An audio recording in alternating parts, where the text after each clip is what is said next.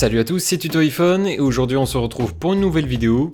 Une vidéo présentation de la version iOS 12.0.1. Allez, c'est parti.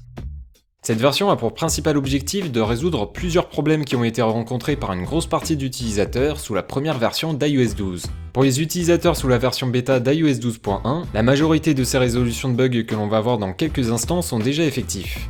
Vous pouvez toujours aller en description de vidéo si vous souhaitez en savoir plus. iOS 12.0.1 est sortie le soir du lundi 8 octobre. Elle pèse entre 80 et 150 mégaoctets selon les appareils iOS.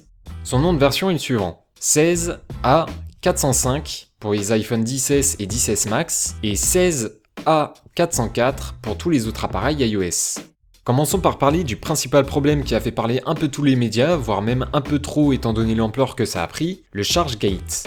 C'est un problème qui a été vu sur les iPhone XS. Lorsque l'on branchait son câble Lightning à son téléphone, celui-ci se rechargeait tout simplement pas si celui-ci était verrouillé. Cette version corrige donc ce problème et la liaison entre l'iPhone et le câble pose dorénavant plus de soucis. Toujours pour les iPhone XS, un problème survenait lors d'une connexion à un réseau Wi-Fi. Celle-ci pouvait être défectueuse suite à un passage de 2,4 GHz au lieu de 5. Ensuite, un bug qui empêchait d'afficher les sous-titres de vidéo sur certaines applications a été résolu. Le positionnement d'une touche de clavier de l'iPad a été modifié. La touche point interrogation 1, 2, 3 s'est déplacée à gauche de la touche de la sélection d'emoji, qui de base était aussi comme ça sous iOS 11. La connexion réseau en LTE posait quelques soucis de performance sur les iPhone XS, et qui devrait donc normalement ne plus avoir de problème sur cette version.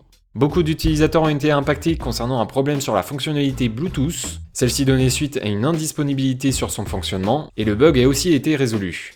Concernant la rapidité et fluidité de l'appareil, il n'y a pas de réel changement. Cela reste toujours très bon. Pour ce qui est de la batterie, cela reprend à peu près le même résultat qu'en version bêta d'iOS 12.1, donc une légère amélioration sur l'utilisation quotidienne, mais il n'y a pas d'énorme différence avec la première version. Pour terminer, Apple a corrigé deux vulnérabilités sur un contournement de l'écran de verrouillage qui était possible avec la fonctionnalité VoiceOver ainsi qu'avec Siri. Et voilà, la vidéo touche à sa fin, j'espère qu'elle vous aura plu. Si c'est le cas, n'hésitez pas à laisser un petit like ou la partager si vous le souhaitez. Vous pouvez aussi mettre un commentaire. Je vous laisse, c'était Tuto iPhone, à la prochaine, salut salut!